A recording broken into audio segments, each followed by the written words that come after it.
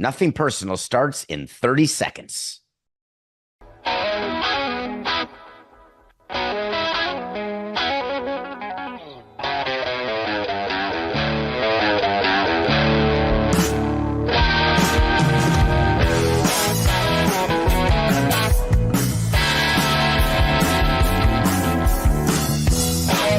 It's just business. This is Nothing Personal. Here you go. Here you go.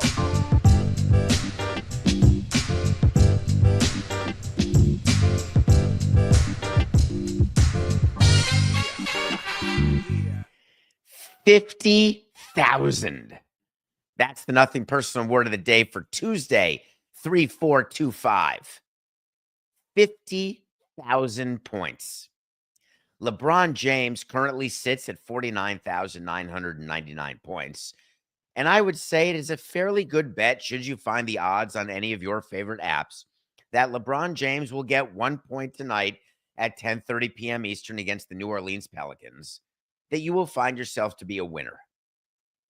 I thought that this would be a perfect opportunity for me to revisit my long-held notion that there's Michael Jordan and then everybody else.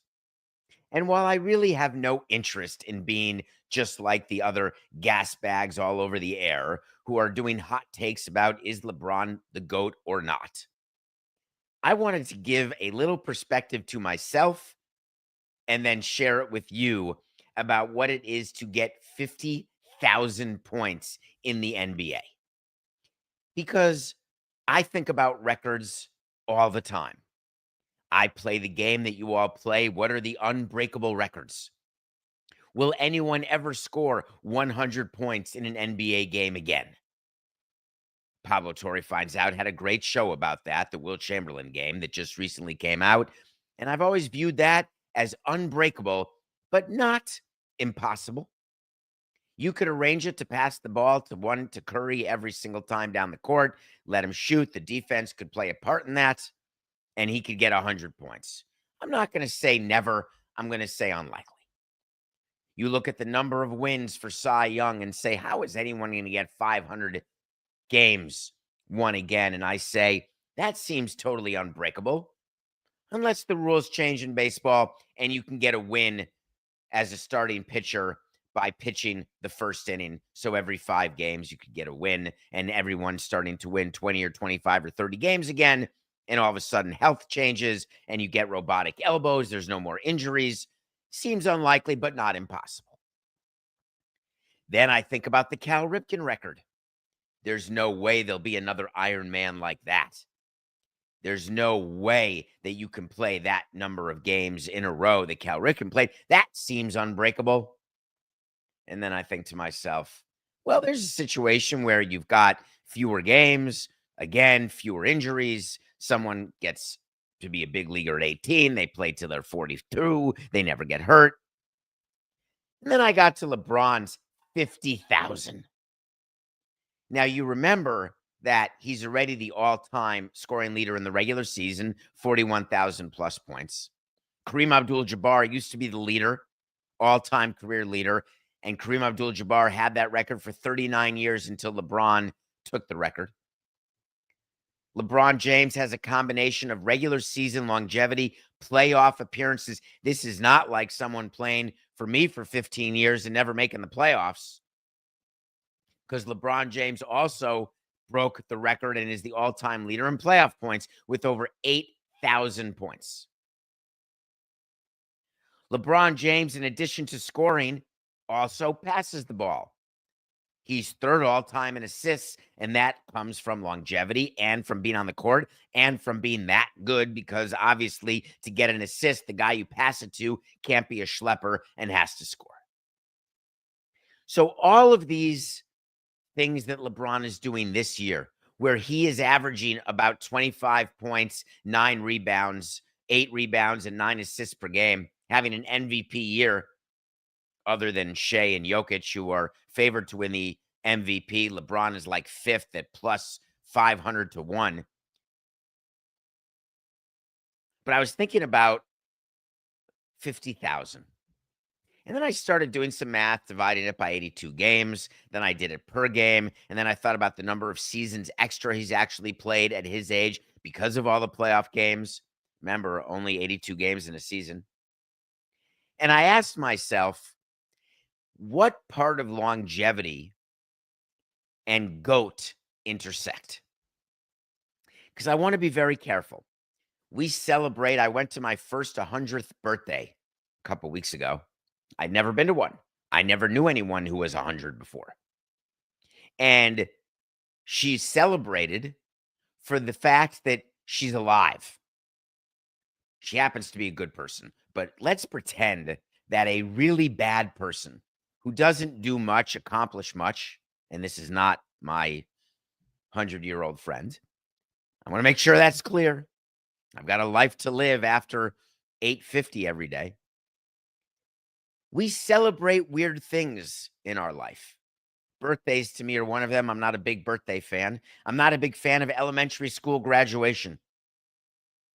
I'm not a big fan of celebrating something that should happen in the ordinary course of a life.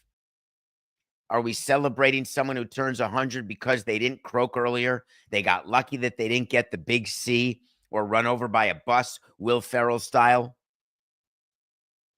Are we celebrating LeBron James and 50,000 points because solely he's been around and kept a career, didn't have to leave for a few years in the middle of his prime for whatever reason Michael Jordan had to leave?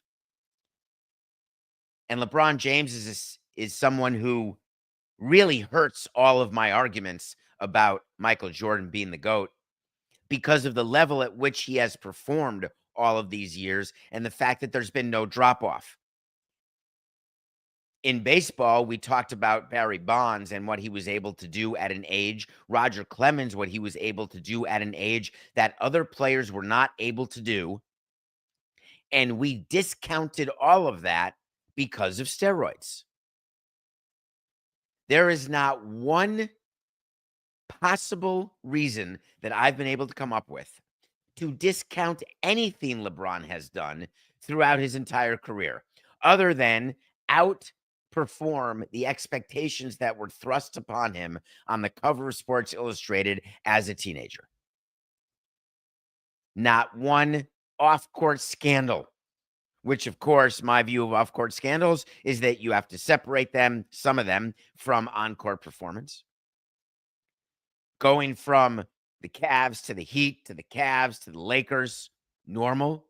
Not normal to spend an entire career with one team. That's not a demerit. I couldn't find one argument as I was going through my mental Rolodex to explain why I couldn't switch from Jordan to LeBron as the greatest player of all time. And then it happened.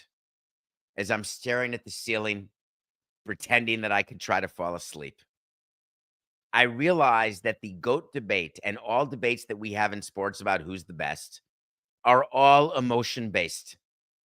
None of it is factual. And that goes against everything that I believe in, where I don't let emotions get in the way. And I realized that the reason I have Michael Jordan as the greatest of all time is because, as a fan, what he made me feel when the Knicks were my life and what he did to me as a Knicks fan, what he did to the Knicks made every one of his accomplishments seem outsized, because then I got to explain my failings, my team's failings, the same way you say, I know we lost in the playoffs, but we lost to the eventual Super Bowl champions, or we lost to the eventual World Series champions, or we lost to the eventual NCAA tournament champions. We want to have a reason to explain the result that goes against us. And my reason has always been, how could the Knicks have ever beaten the greatest of all time? But the minute I move LeBron to that, I then have to reevaluate my entire thought process as a despondent Knicks fan. And I'm not there. I'm not there that at the end of a game, my recollection as a fan, however ridiculous recollections are and how wrong they can be, is that when Jordan has the ball at the end of a game, which you can force, and which is why I wanted the new rule in baseball, the magic batter rule, because I always wanted to have an opportunity to win. Michael Jordan's got the ball, and Michael Jordan's beaten me every single time. And my view of LeBron was not. And guess what? I looked at clutch stats, the close and late that we do with pitchers and hitters. And it turns out that LeBron James is in the same category as Michael Jordan. It turns out that Michael Jordan didn't hit every clutch winning shot. It's the highlights that we see over Craig Elo, over Brian Russell. It's him getting the double nickel at the Garden, his first game back after his forced retirement. It's all of the moments of losing that I then assume has happened game in and game out to the point of perfection. And if you're perfect, you're the GOAT. It's all in my head. LeBron James is going to get to 50,000 points, and all of you should be willing and able to call him the greatest of all time. And I will stay on my island.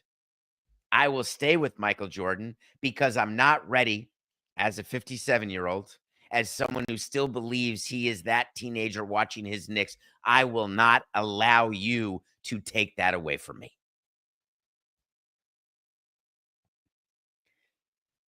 The Dallas Mavericks stink, Coca. There's nothing more to say. I know Anthony Davis is hurt. I don't exactly understand why I had the Mavs -1.5 on my nothing personal pick of the day last night. And it's not that the Mavs didn't cover. It's that the Mavs didn't compete. Yes, Kyrie Irving hurt his knee. And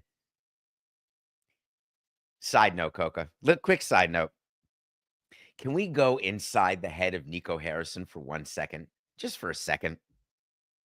That while the Lakers and LeBron and Luka are surging, they're up to the number 2 seed. They've won 16 of their last 20. They look to be a true title contender in the West when there was no thought they could be, because it turns out that Luka is one of the top players in the NBA. Who knew? It turns out they didn't need Mark Williams. Who knew? I guess we'll find out in a 7-game series against Jokic. But in any case, it feels as though the Lakers are performing.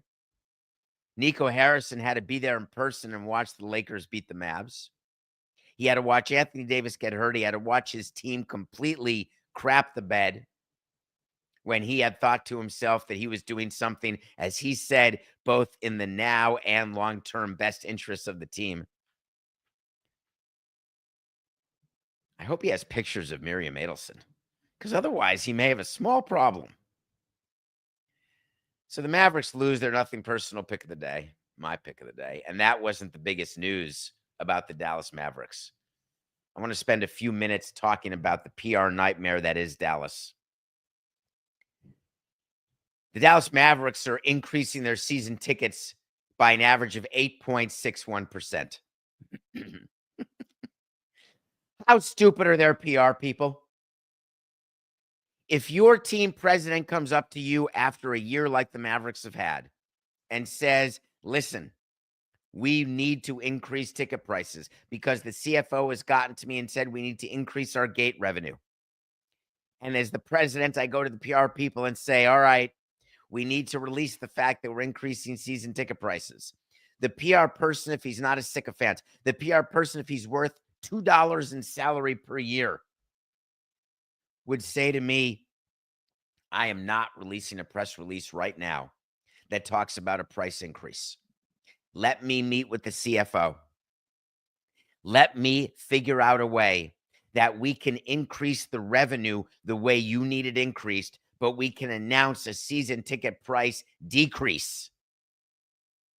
Let me find a way to get enough seats that are lower or the same that they can cover for the rich people's seats close to the court, where we can increase by a larger percentage, where they're not going to panic or disappear because they're with us thick or thin because of the location. It is not disposable income related. It's not stock market related. It's not how do I feel about the president related. It's about how do I feel about being seen at good seats 41 times a year related. And let's take advantage of them. Somehow the Mavericks were able and willing to release a statement saying that they are increasing, wait for it, due to ongoing investments in the team and fan engagement. I don't know what to say, and I'm paid to say it. The fact that anyone, I don't care if you're Miriam Adelson or the son-in-law Dumont, who's actually the one in charge, wink, wink. I don't care if you're Mark Cuban, who has no power, not involved in anything. I don't care if you're Jason Kidd, Nico Harrison. I don't care if you're Kyrie Irving or a nameless, faceless person who runs tickets. You're going to go with ongoing investments in the team? Let me pause. Are you referring to your payroll? Because there's a salary cap. Are you referring to a weight room? Because that's a popular one made popular by the current Miami Marlins. Hey, forget free agents, man. We got the best weight room in town. Are you talking about doing better than Mark Cuban for all the players so they not just get beats by Dr. Dre, but they're getting their own Bitcoin or maybe their own island? I'm just trying to figure out what it is that would be an ongoing investment in the team that would enable them to think that that announcement makes sense. But don't worry, they buttress it and support it with fan engagement. The old fan engagement investment. I love it.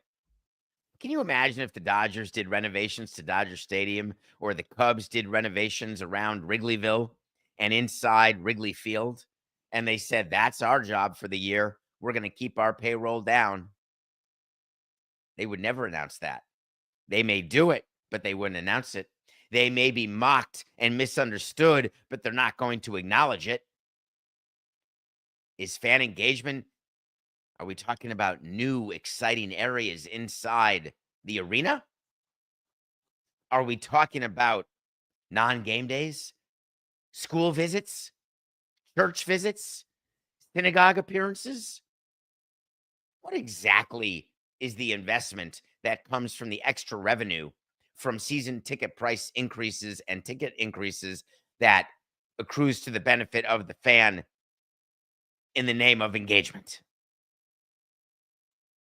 When we raise our ticket prices, and we always said the same thing. We had a good year on the field. We want to keep that going. We're going to have to keep players. We're going to have to increase the payroll. Therefore, we're going to have to increase ticket prices. Here's what we're going to do as an airline. We're going to increase the cost of your ticket. Then we're going to make you pay for bags. Then we're going to have no food service at all. And then we're going to actually say you have no assigned seat unless you pay more. Who would ever do that? Oh, wait a minute. Everybody's doing this now. This is the new thing in business. This is reckless indifference and lack of care, disinterest, not uninterest, disinterest toward your customers, your fan base, your loyalists. This is big business telling you that if you, the 20,000 people who go to a game, don't want to go to games anymore, we'll find 20 other thousand people. This is replacement player NFL style type of stuff. This is an organization saying to every one of its fans, don't you worry. Leave over Luka. Leave over Nico. We'll replace you. The cockiness required to have that point of view in corporate life is you've got to have it in the bag before you do it. It's easy for me to say I'm not going to pay interns with the Marlins because we've got 600 applicants for every spot because everybody wants to do an intern, and we can fill our class with people who will do it for free. So don't tell me that $200 a month is too small and too little money. If you have the ability to replace X with Y and Y is cheaper and better and you make more money, that is your responsibility. It's your job to get the same result by lowering your cost of goods sold, the same revenue, no downtick in the product's quality. If you don't do it, you're in violation. It's malpractice. So I'm going to go ahead and give the Dallas Mavericks the benefit of the doubt, and I'm going to say that the Dallas Mavericks, while having no PR sense whatsoever, that the Dallas Mavericks have in their mind that the demand for their tickets is such that the elasticity of demand allows for a ticket price increase, and I'm only going to label the Mavericks PR as asinine. If we find that their gate revenue next year actually decreases, if we find that their team continues to not defend their reigning Western Conference championship, but the fact that they're not even going to make the playoffs, the play-in, whatever it is that's going to happen to them this year, and they continue on a slide down, can't we all agree that what they've done is one of the great mistakes of all time and the worst timing that we've seen in 5 years of doing nothing personal? Oh, I think we can. The Golden State Warriors play in New York tonight. The Golden State Warriors are 5-point underdogs to the New York Knicks. I believe Steph Curry, Coco, is Steph Curry's over-under on points tonight? Is it over or under 22?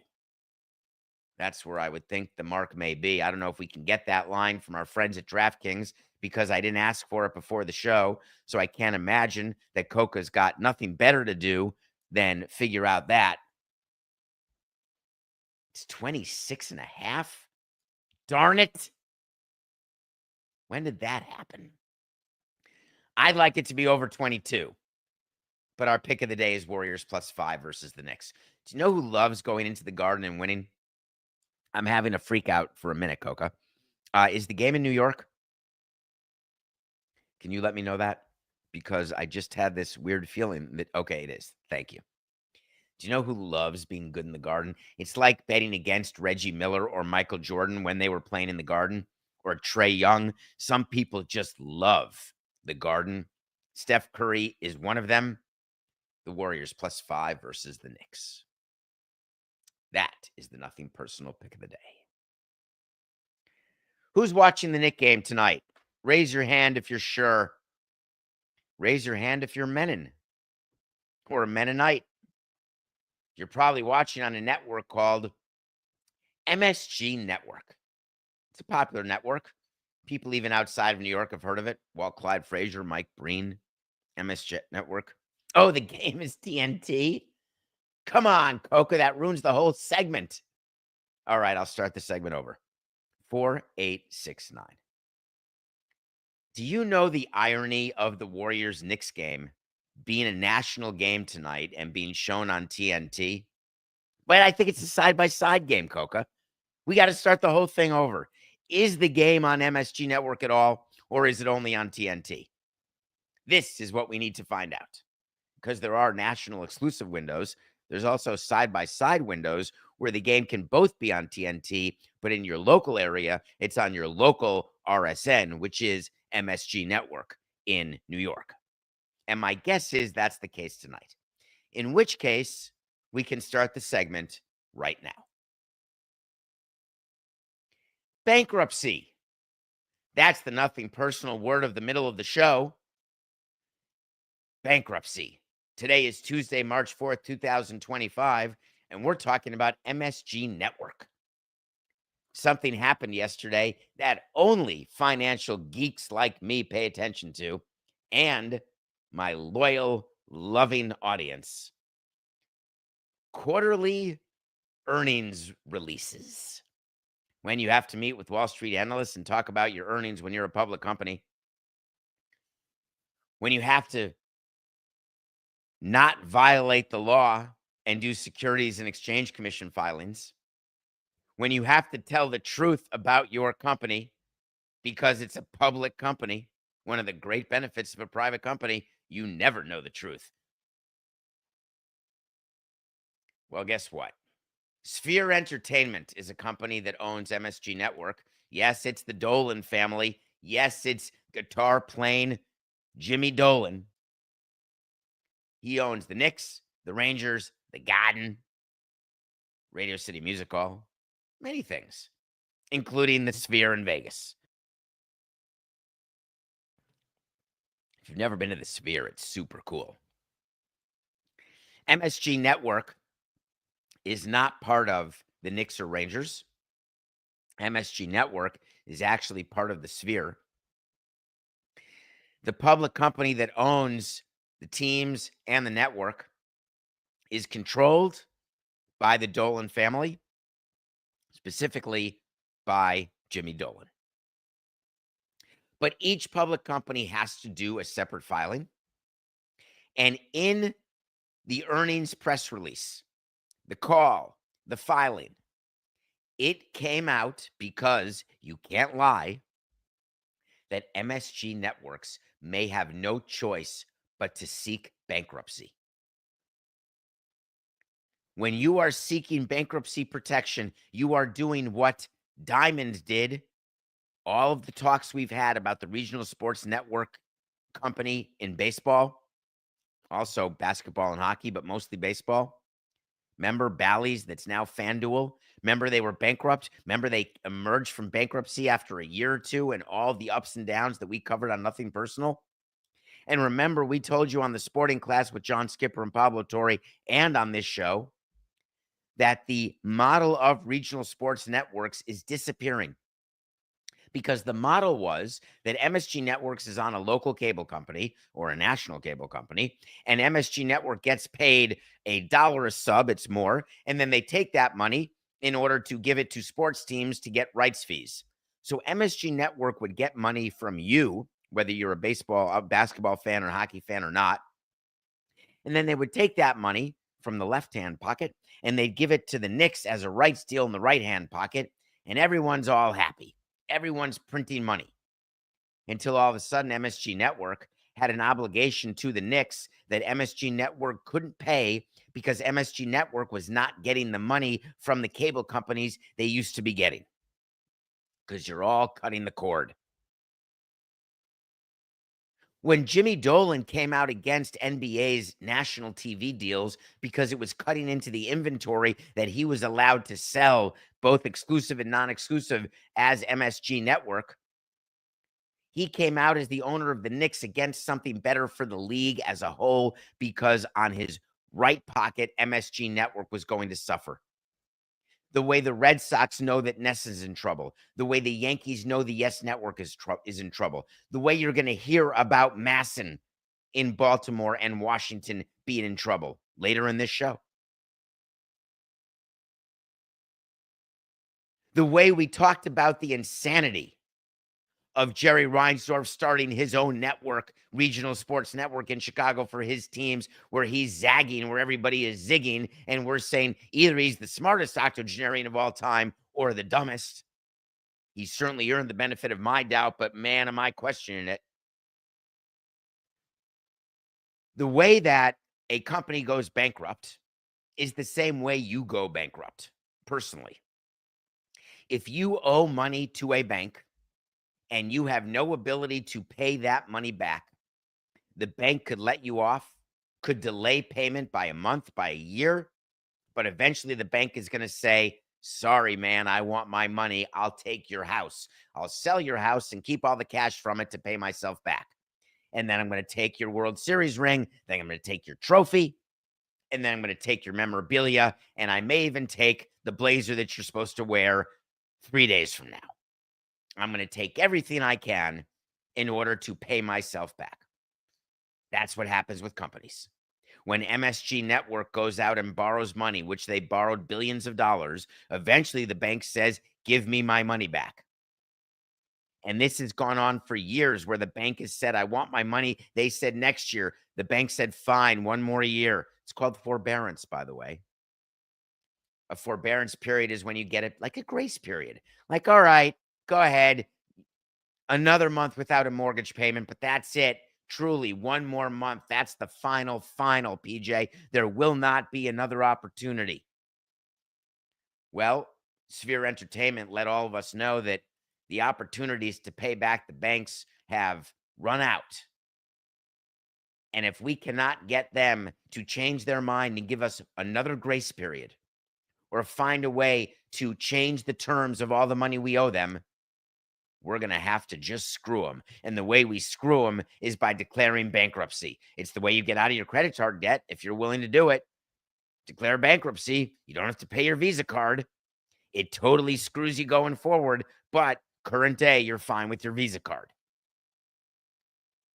They had an unbelievable filing where they said MSG Networks will be unable to settle the outstanding principal amount under their term loan facility prior to the expiration of the forbearance period. That means bankruptcy. If MSG Networks is not able to achieve a refinancing or a workout of its indebtedness, this is their filing. And that means, hey, bank, give me another year. The company believes it is probable that MSG Networks would seek bankruptcy protection or the lenders would foreclose. You don't want the lenders to foreclose because then they take over the network. And believe me, they don't want the network. So therefore, you seek bankruptcy protection. You get to keep running your network while you figure out how you're going to screw everybody who has lent you money. This is a major story that will continue to unfold, but MSG Networks is going to declare bankruptcy. All right, let's get to break. When we come back, we're going to review a popcorn movie. Now that we're post-Oscars, I watched some popcorn. And then we're going to talk about MASN and what went on yesterday that has been worked on since 2005. We'll be right back.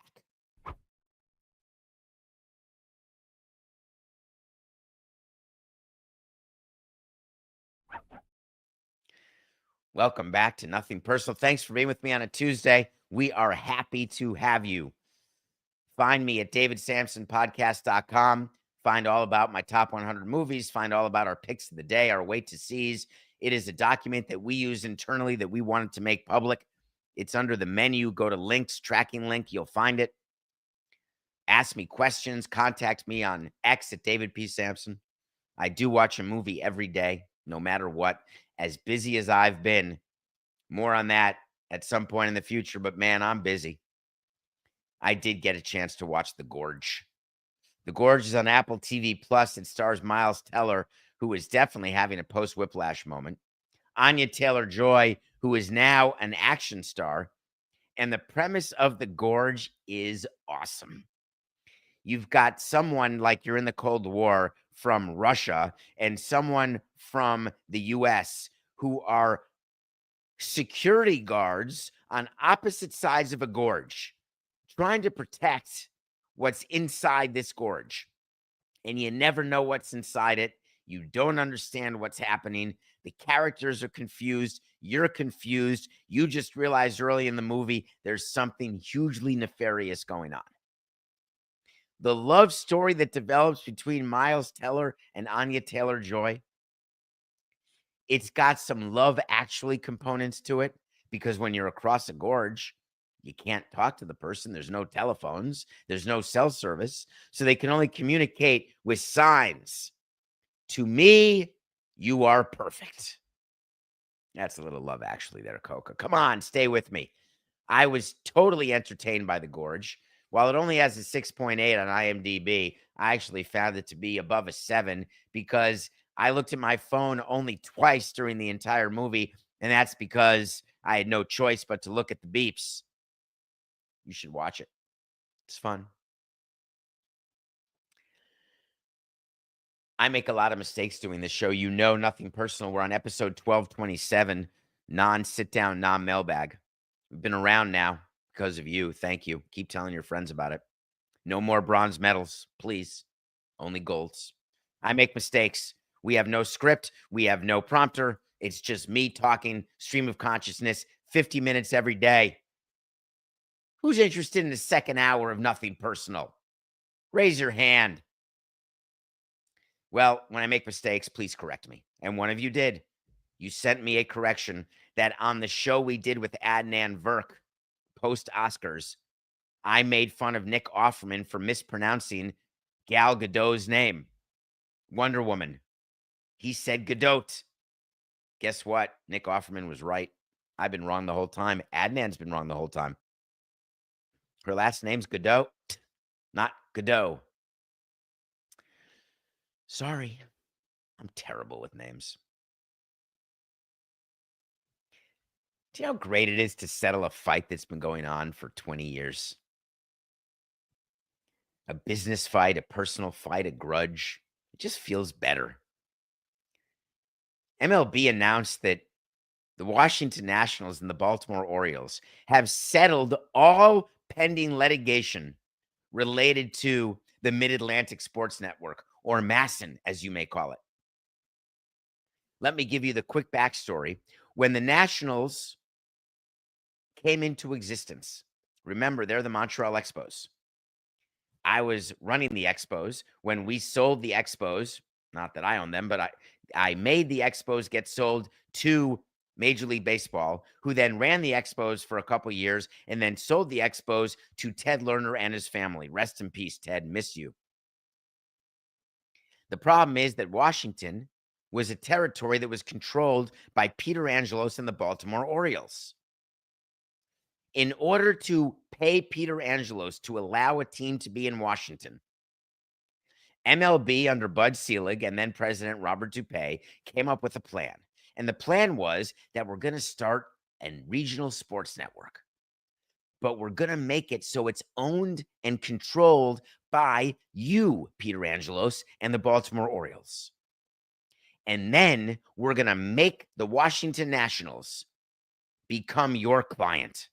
We're going to give all 162 Nationals games to the Mid-Atlantic Sports Network. And we're going to do it at a discount. So you're going to be printing money. And remember, back then in 2004, 2005, every team was printing money over its local deals. And now here we are 20 years later. 20 years later, MASN is worth the piece of paper on which the deal was printed. The Nationals and the Orioles have been fighting both within baseball and in the courts because the Nationals felt as though they were not getting the proper fair market value for their rights. And the Orioles were not paying them fair market value. And it ended up being litigation both within baseball and outside. Part of the litigation settled. Part of it was ongoing because the reality is that the Washington Nationals are a team that's for sale, and no one was buying the Nationals at the price the Lerner family wanted because no one was able to value the TV rights because there was fighting, there was litigation, there was uncertainty. And that level of uncertainty has a quashing impact on the price of the underlying asset. Since Rob Manfred became commissioner, and this, we don't have time on this show, but we should do a whole show about how Rob became commissioner and how the final vote needed to get Rob to be commissioner came from the Washington Nationals, and how Ted Lerner would not vote for Rob Manfred, and how a deal was done behind closed doors in order to get the Nationals to vote for Rob Manfred, and that's how he became commissioner. The thought was that there would be 10 years ago a settlement with MASN that would accrue to the benefit of the Lerners and of the Nationals. It never came until yesterday. Why is it that all the litigation was settled? Have you ever had an argument with somebody, and then by the time you settle the argument, the whole reason for the argument has disappeared? So, for example, arguing what to do on a Saturday night. Why would you keep arguing on a Sunday morning about it when Saturday night has passed? Now, Saturday night can be all right for fighting, but by the time you wake up Sunday, don't bother. What's there to fight about with the Nats and the Orioles? Because the value of MASN, the ability for a regional sports network to pay a rights fee that a team thinks it wants and deserves, those days are done. So now, the Nationals have settled all litigation. They've dismissed all litigation against the Orioles, against MASN. Baseball doesn't have to worry about this anymore. And guess what the settlement was? They will stay one more year on MASN, 2025. And then the Nationals are free to find their own broadcast partner.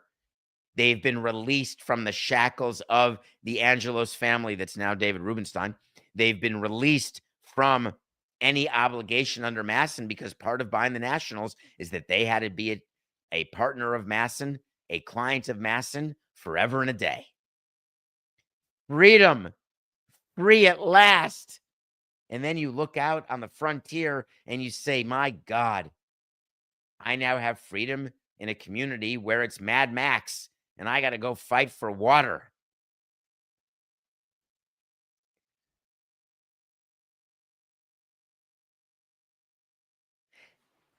One more thing about this is that the Nationals are now going to come out and tell you that they couldn't be happier that they're done with MASN. They did it in a press release. They're excited for one more year.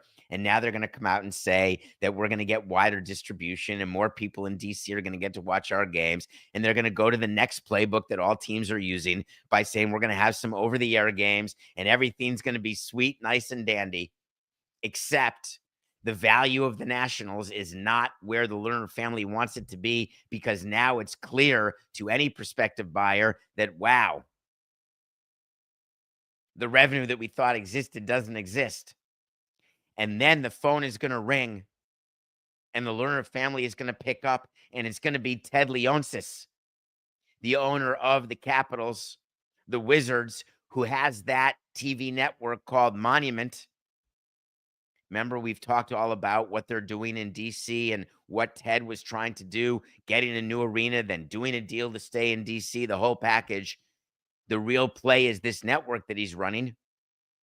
Do not be surprised if Ted Leonsis buys the Nationals, and don't be surprised if all Nationals games starting in 26 are on Monumental Network.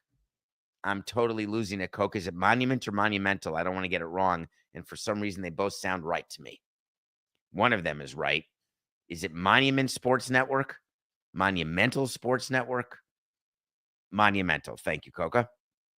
Don't be surprised if in 2026 you see the Nationals on Monumental Sports Network and owned by Ted Leonsis. As a matter of fact, Coca, can we do a wait to see? When we tell you something's going to happen, if it does, great. If it doesn't, fine. I'm going to give you a wait to see. In 2026, the Washington Nationals will have a deal with Monumental Sports Network. Wait to see.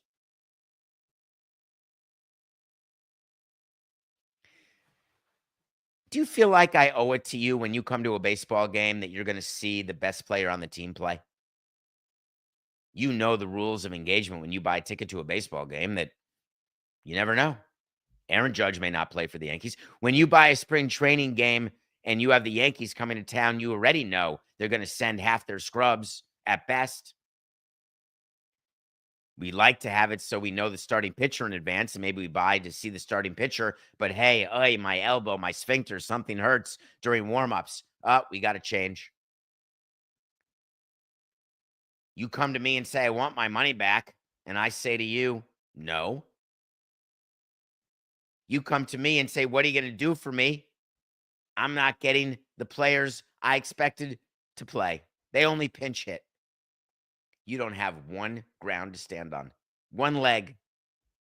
The Houston Dynamo did something that is absolutely a disgrace, and Don Garber, the commissioner of MLS, should not have allowed it because it makes the league look like the cheap fifth-rate tier league that so many people think it is.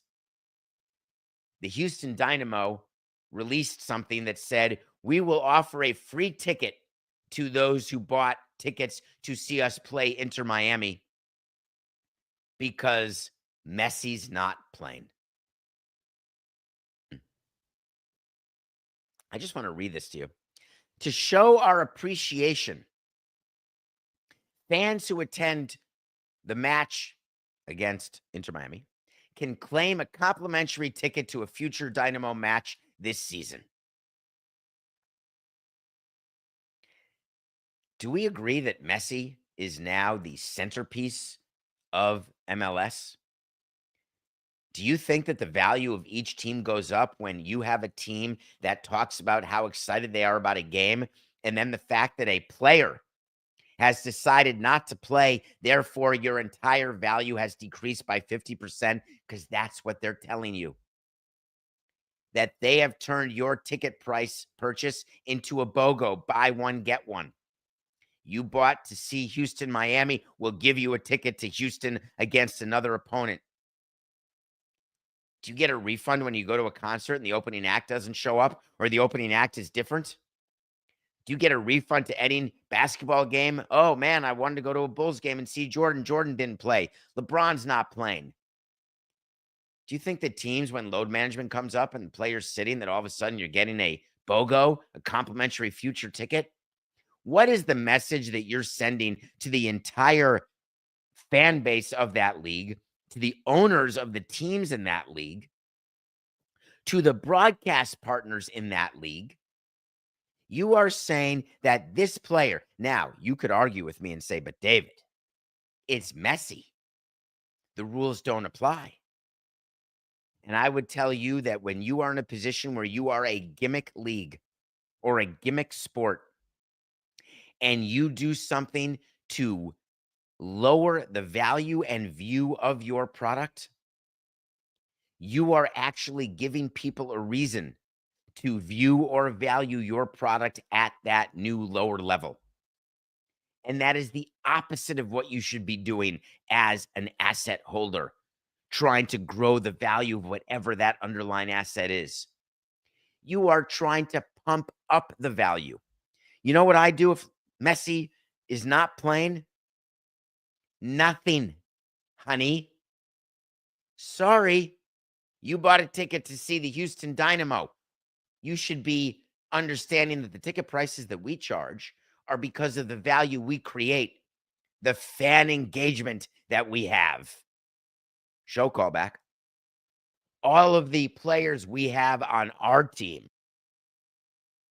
that make your investment of your disposable income worthwhile. Instead, the message the Houston Dynamo have given is, man, we ain't worth squat. Well, I guess we're worth 50% of what you paid. I guess we got to lower the prices of future games by 50% because when we're not playing Inter Miami, Messi's not going to be there. So why are we bothering? It's complete insanity.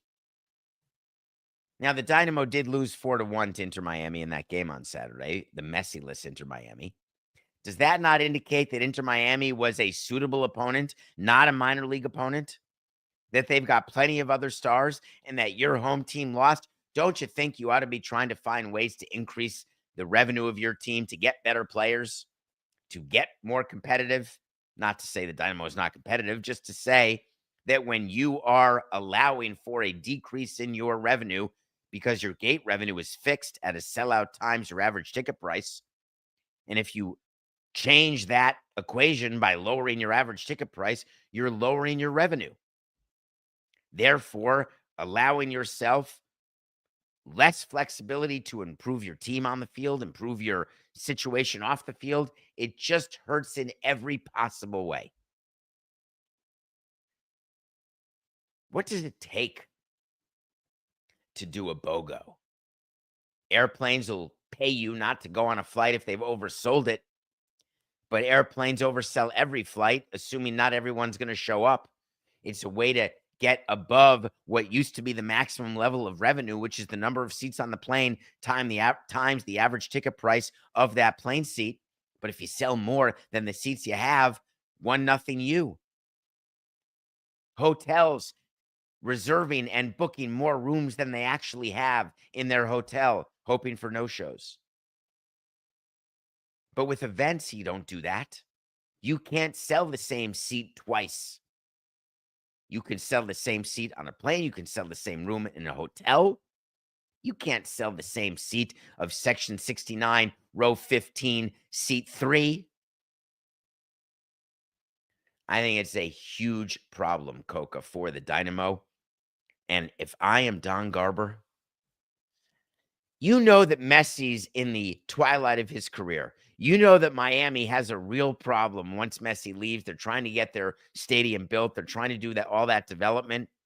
You put all your eggs in the basket of one player, and then that one player leaves. What do you do after that? Whether he ages out or whether he leaves because he gets a better offer from Saudi Arabia. Building an entire league or a business on the shoulders of one player is not going to work, especially when that player is 38 years old.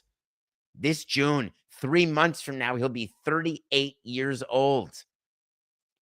You can't allow individual teams to do this.